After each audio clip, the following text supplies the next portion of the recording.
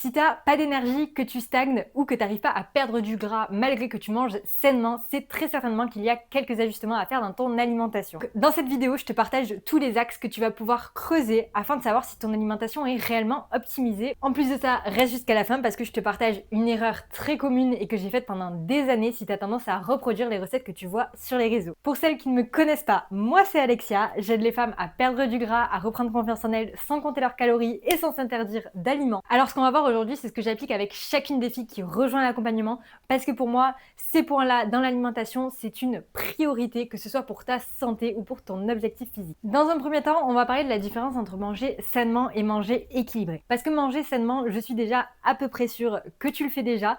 Je dirais pas que c'est facile, mais je dirais que c'est la première chose qu'on met en place quand on a envie d'avoir un objectif physique ou tout simplement de prendre soin de sa santé. C'est-à-dire qu'on va commencer à cuisiner maison, à limiter les aliments ultra transformés, à diminuer les aliments très sucrés. On va peut-être avoir tendance à moins les manger à l'extérieur et en tout cas à privilégier des aliments bruts, des aliments sains et des aliments qui feront du bien à notre santé. Mais t'auras beau faire tout ça, manger ultra sainement, si tu ne manges pas équilibré, tu n'auras pas les résultats que tu espères. Tout simplement parce que tu peux très bien manger sainement et être en excédent calorique. Tout comme tu peux manger sainement, être en maintien ou manger sainement, être en déficit.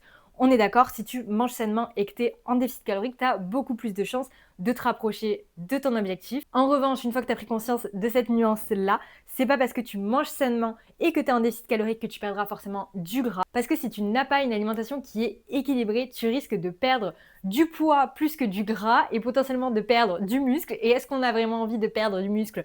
Je ne pense pas. Donc manger sainement, c'est bien. Manger équilibré, ça va être mieux. Et alors manger dans les bonnes quantités, des quantités qui te correspondent à toi, à ton passif, à tes objectifs, c'est vraiment ça qui te permettra de déclencher ta perte de gras et d'avoir des résultats sur le long terme. C'est exactement pour ça que j'ai créé mon application qui permet à mes clientes de s'assurer d'avoir des repas équilibrés sur chacune des prises alimentaires, le tout sans compter leurs calories et en ayant des quantités qui leur sont personnalisées. On parle beaucoup de calories sur les réseaux, mais on va pas se le cacher, comme je viens de le dire, ce qui va être important, ça va être la répartition de tes macronutriments, donc protéines, lipides, glucides. Donc ce qu'il faut que tu fasses pour t'assurer de manger équilibré, ça va vraiment être d'équilibrer chacune de tes prises alimentaires. Donc non seulement le midi et le soir, mais aussi le petit-déj et le goûter. Tout simplement, à chaque fois que tu vas manger, pose-toi la question, prends du recul 2 minutes, regarde ton assiette, regarde ce que tu as prévu de te faire à manger et dis-toi, est-ce qu'il y a des protéines? Est-ce qu'il y a suffisamment de fibres?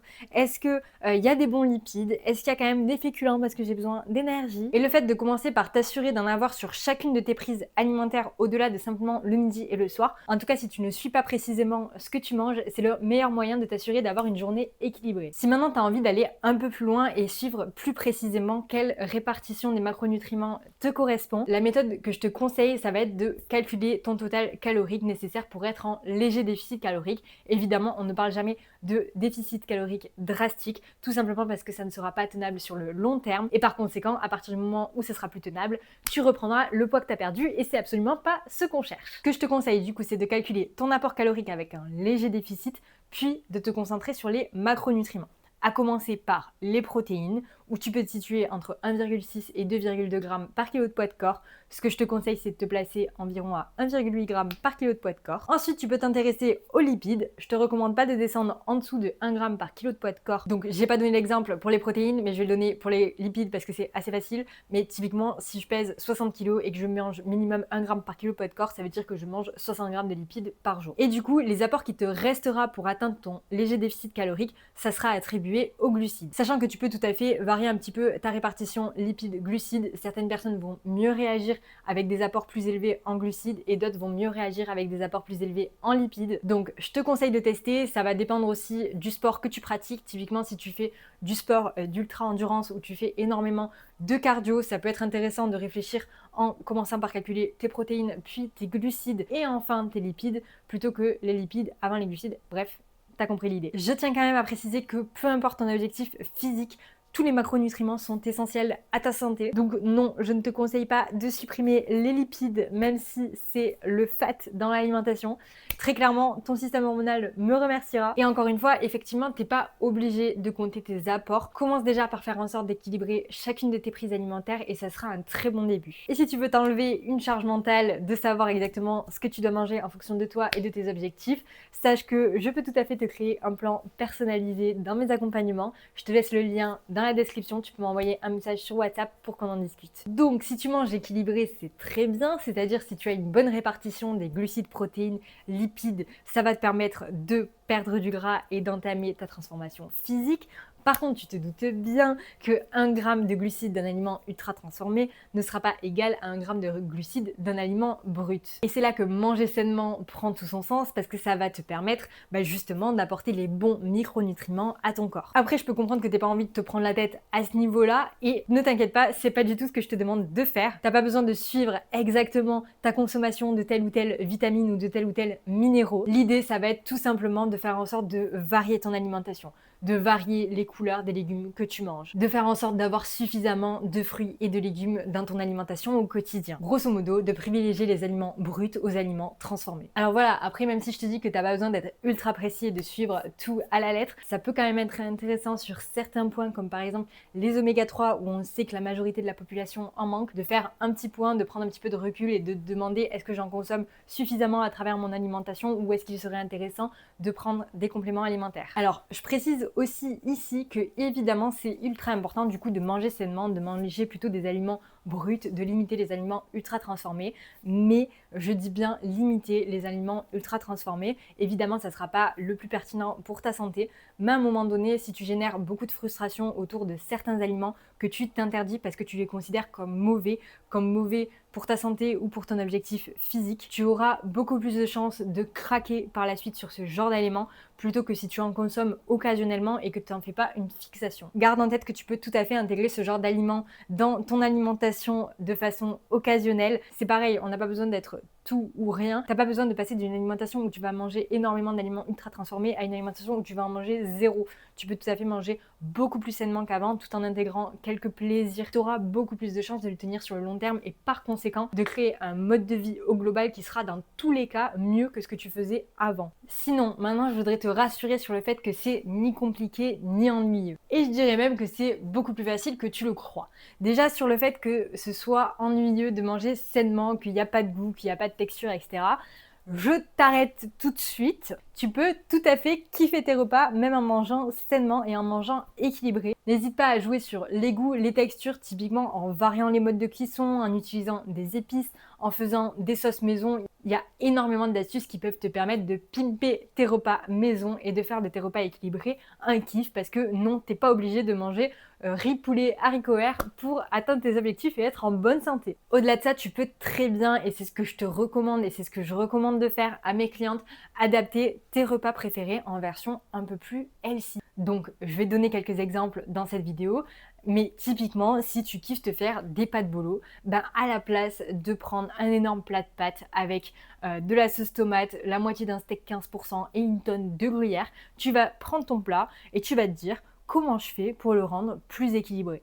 Je vais peut-être manger un peu moins de pâtes, je mange de la sauce tomate, les pâtes et la sauce tomate, ça va représenter les glucides. Ensuite, les protéines, ça va être le steak haché, mais je vais plutôt en privilégier un 5% et en mettre un peu plus que la moitié dedans. Ensuite, j'ai envie d'ajouter des légumes, donc pourquoi pas ajouter des carottes et je vais rester raisonnable sur le gruyère. Tu auras quasiment le même repas en beaucoup plus équilibré et qui sera bien meilleur pour ta santé ou pour tes objectifs. Je prends du coup un autre exemple, mais ça va être la pizza. Se faire une pizza maison le soir avec une salade à côté, c'est vraiment trop bon. Genre, si tu n'as jamais testé, je ne comprends pas ce que tu attends, mais typiquement, l'idée c'est d'avoir le même raisonnement. Sur ma pizza, la pâte à pizza, ça va être principalement des glucides. Ensuite, il me faut une source de protéines, donc pourquoi pas mettre du jambon cuit. Ensuite, il me faut des légumes, donc on va mettre des crudités, pourquoi pas des tomates, des champignons. Moi j'aime bien mettre des poivrons, les légumes que tu veux. Donc tu vas réfléchir en te disant, là j'ai des glucides, j'ai des protéines, j'ai des légumes, il me manque des lipides, donc qu'est-ce qui va être les lipides? Ça va très certainement être un petit peu de mozza, un petit peu d'emmental râpé, etc.